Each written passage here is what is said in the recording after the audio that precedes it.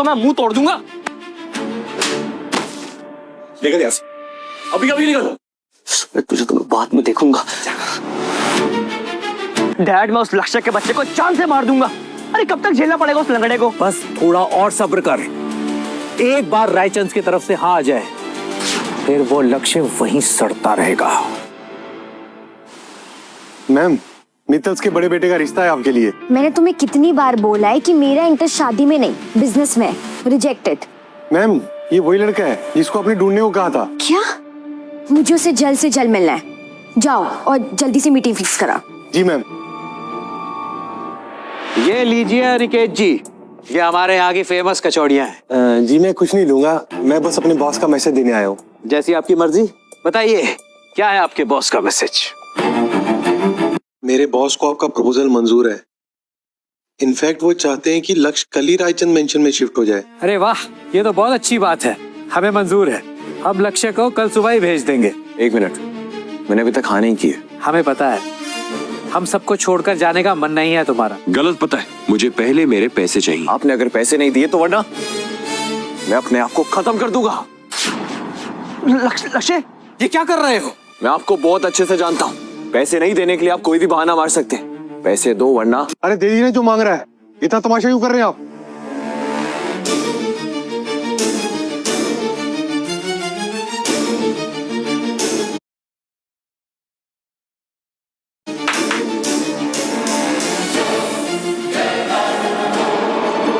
अरे वाह, रायचंद से तो बहुत कुछ भेजा है। एक मिनट, इनके हाथ लगने से अच्छा है कि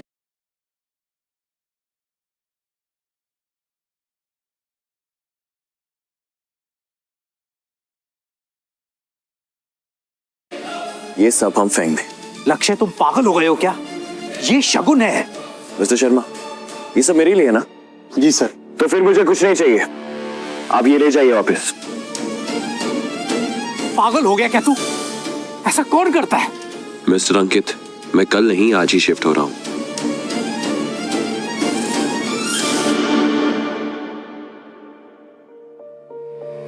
लक्ष्य बाबा, अपना ध्यान रखना, फोन करते रहना। ये लीजिए मौसी, 5 करोड़ का चेक। आप और जूही विदेश जाके सेटल हो जाइए और एक नई जिंदगी की शुरुआत कीजिए। क्या?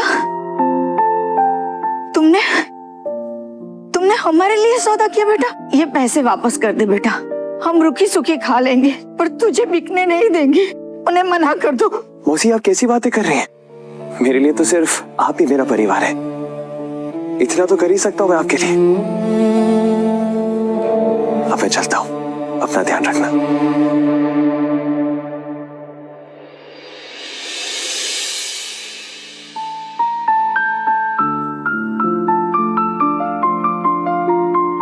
एक मिनट रुकिए।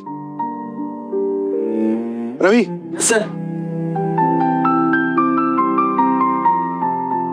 ये सब मेरी बॉस ने कहा आपका पूरा ख्याल रखने को। ये जानते हुए कि मैं लंगड़ा हूँ, फिर भी वो मुझसे शादी करना चाहती है। आइए बैठिए सर।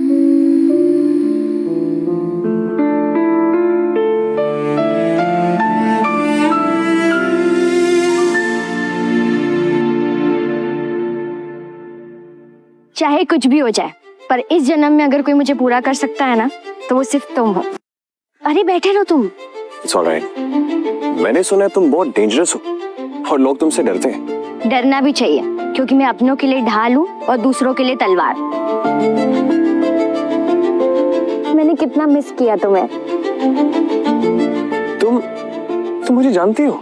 मैं इतनी बदल गई कि तुम पहचान नहीं पा रहे हो मुझे। बचपन में लोगों की मार से बचाते थे, जब लोग परेशान करते थे तो उन्हें भगा दिया करते थे, और अपना लड्डू भी मुझे ही देते थे।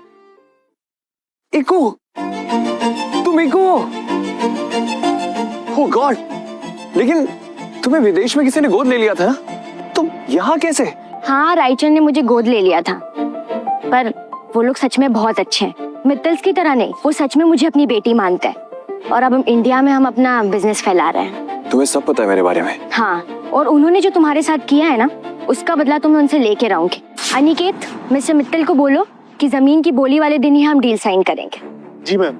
और उस दिन जो मित्तल्स के साथ होगा ना, उन्हें उस चीज का अंदाजा भी नहीं है। चलो अब घर चलते हैं।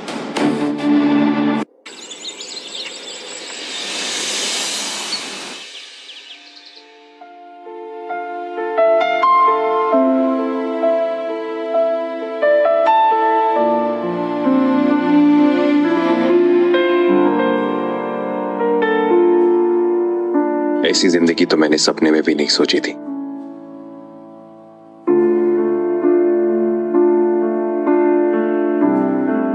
मौसी, मौसी आप यहाँ कैसे? एकता मैडम ने मुझे 5 गुना ज्यादा सैलरी देके यहाँ बुला लिया है ताकि आपको नई जगह पे कोई तकलीफ ना हो। आपका फेवरेट नाश्ता। पर क्यों? ये क्यों लाई आप?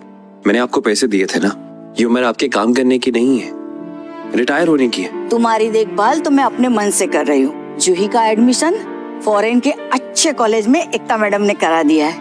मैं वहाँ जाके क्या करूँगी? मैं यहीं रहूंगी आपके पास। आप तो मुझे थैंक्स बोल सकते हो। थैंक यू एकता। जमीन की बिडिंग तो रायचंद ग्रुप ऑफ कंपनीज ही जीतेगी और फिर हम वहीं के वहीं कॉन्ट्रैक्ट भी साइन कर लेंगे। देखना अब सब अच्छा होगा। सब अच्छा है, बस मुझे लक्ष्य के लिए बुरा लग रहा है। मम्मा बुरा मत माना, लेकिन लक्ष्य ने अपनी मनपसंद की लड़की से शादी की है। अब उसके साथ जो हो रहा है ना, उसका रिस्पॉन्सिबल वो खुद है, हम लोग नहीं है। So chill। मोहित बिल्कुल ठीक कह रहा है।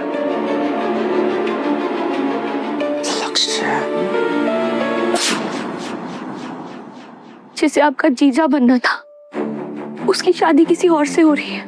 और अगर लक्ष्य ने आपको सीढ़ियों से धक्का नहीं दिया होता ना, तो हम सब एक परिवार होते।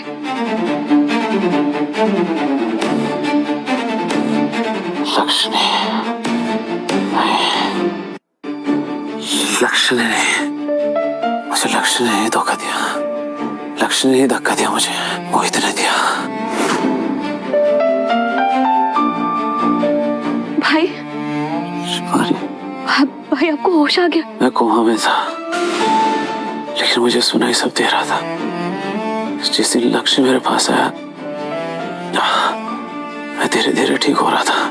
फिर अचानक मैंने उसकी शादी की बात सुनी, मुझे शौक लगा, मैं उठ गया। I am so happy. लेकिन आपको धक्का लक्ष्य ने नहीं, मोहित ने धक्का दिया मुझे। ये मोहित 1 नंबर का छिचोरा नालायक है। Eklavya please listen to me. तेरे कमीने, तूने मेरी बहन के कमरे में स्पाई कैमरा लगाया?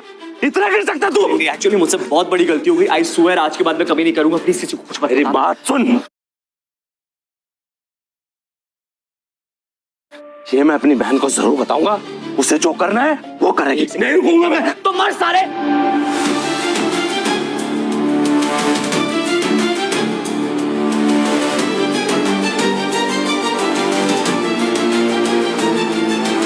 I can't believe कि मैं इतनी बड़ी बेवकूफ हूँ। मैंने लक्ष्य की जगह उस मित्तल परिवार पे भरोसा कैसे किया? मैं तुमसे एक बात कहना चाहता हूँ कि पछतावा करने का वक्त नहीं है। जैसे मोहित ने हमारी जिंदगी बर्बाद की है, अब हम इसकी जिंदगी बर्बाद करेंगे। हॉस्पिटल वाले जमीन की ऑक्शन पर ही हम अपना वार करेंगे। आपने 1 साल पहले जो हॉस्पिटल की डिटेल्स मंगवाई थी वो आ गई है। क्या है उसमें? आप खुद ही देख लीजिए।